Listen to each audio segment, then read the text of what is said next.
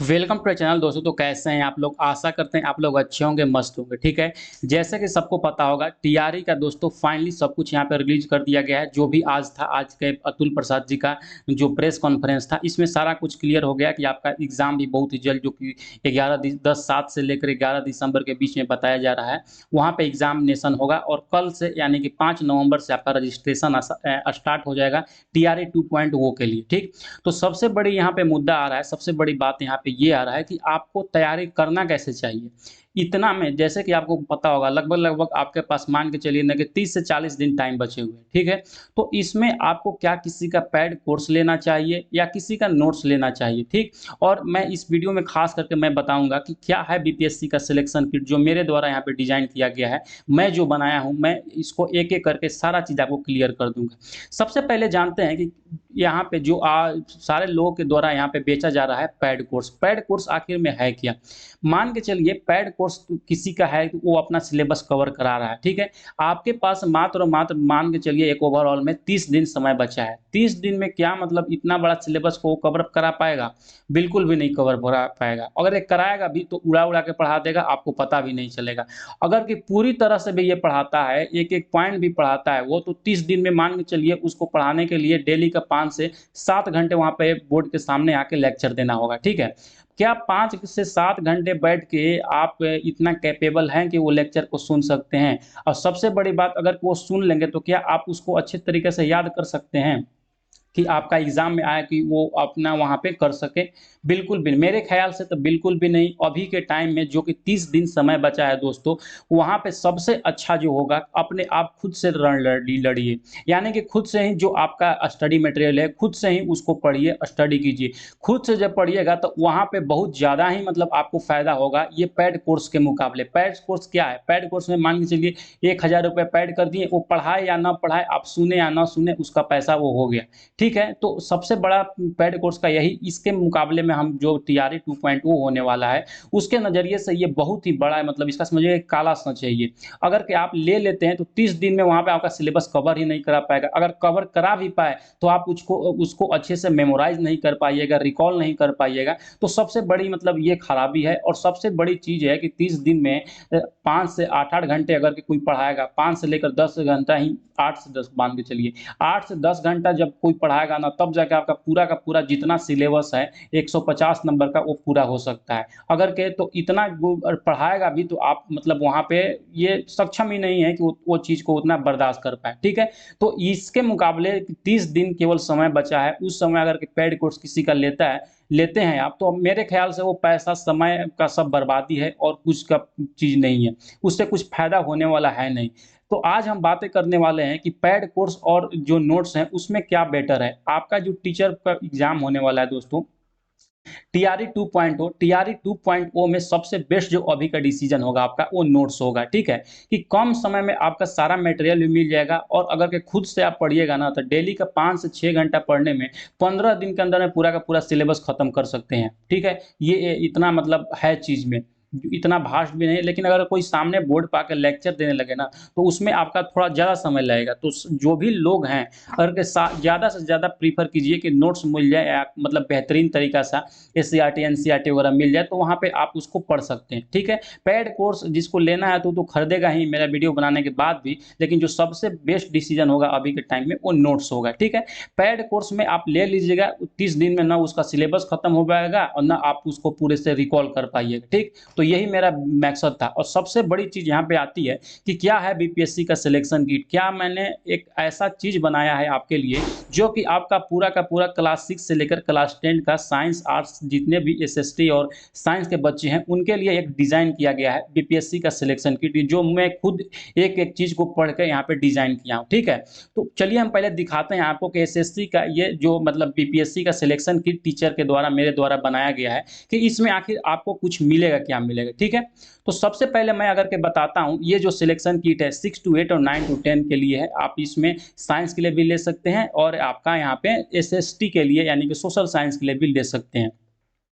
इसमें जो आपका सिलेबस है मैंने उसको पूरा का पूरा अच्छे तरीक़ा से डिज़ाइन कर दिया गया है, वो भी एक मिनिमम फ़ी में आपको सब चीज़ दे रहा हूँ, ताकि आपका कम समय में पूरा का पूरा चीज़ सबसे बहुत बेहतरीन तरीक़ा से मिल जाए।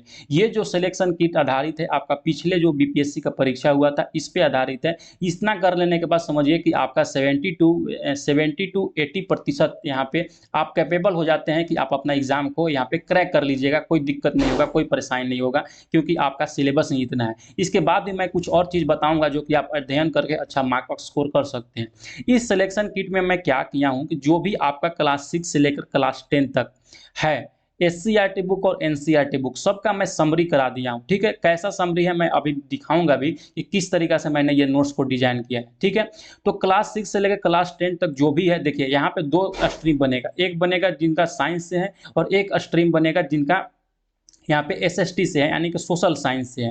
तो दोनों ये चीज़ अलग-अलग होती है, जो साइंस का लेंगे उनके पास साइंस का पीडीएफ जाएगा, जो सोशल साइंस के लेंगे उ उनके पास सोशल साइंस का पीडीएफ जाएगा और जो दोनों लेना चाहते हैं उनको भी यहाँ पे प्रावधान है कैसे मिलेगा, ठीक? तो जो मैंने यहाँ पे ऐसे ये स बुक का मैंने समरी बनाया है, तो ऑलरेडी हिस्ट्री का तो मैं जैसे कि चैनल पे देखे होंगे, मैं सब कुछ वहाँ पे अपलोड कर दिया हूँ। फिर दे आते हैं देखिए कै किस तरह से मैंने यहाँ पे बनाया हुआ है आप लोग के लिए। ये जो आप पीडीएफ देख रहे हैं स्क्रीन पर, ये पीडीएफ है देखिए क्लास 10th का ज्योग्राफी का। ज्योग्राफी का मैंने यहाँ पे क्लास 8 तक का आपका पढ़ा भी दिया है और ये ज्योग्राफी आप जो पीडीएफ देख रहे हैं, ये क्लास 10 का यहाँ पे ज्योग्राफी है दोस्तों, ठीक है? इसमें नंबर ऑफ चैप्टर्स अगर के देखिए कितने बेहतरीन तरीक़े से मैंने सजा रखे हैं। नंबर ऑफ चैप्टर इसमें अगर के देखिएगा तो टोटल का टोटल नंबर चैप्टर 11 चैप्टर है यहाँ पे और ये देख सकते हैं यहाँ पे मैंने डिज़ाइन कर दिया गया है कि कौन-कौन सा चैप्टर कैसे-कैसे ये चीज़ दिया गया है।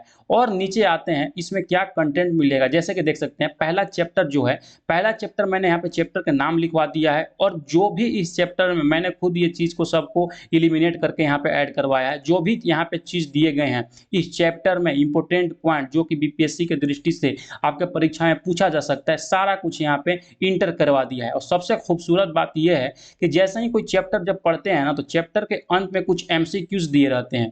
कभी-कभी तो क्या होता है दोस्तों कि वो एमसीक्यूज़ ही डायरेक्ट आपके सवाल में वहाँ पे पूछा जा स कोई भी एग्ज़ाम में उठाकर उसको दे देता है। कि वहाँ पे आपका जो भी मतलब उस सवाल रहता है उसमें वही सवाल पूछा जाता है।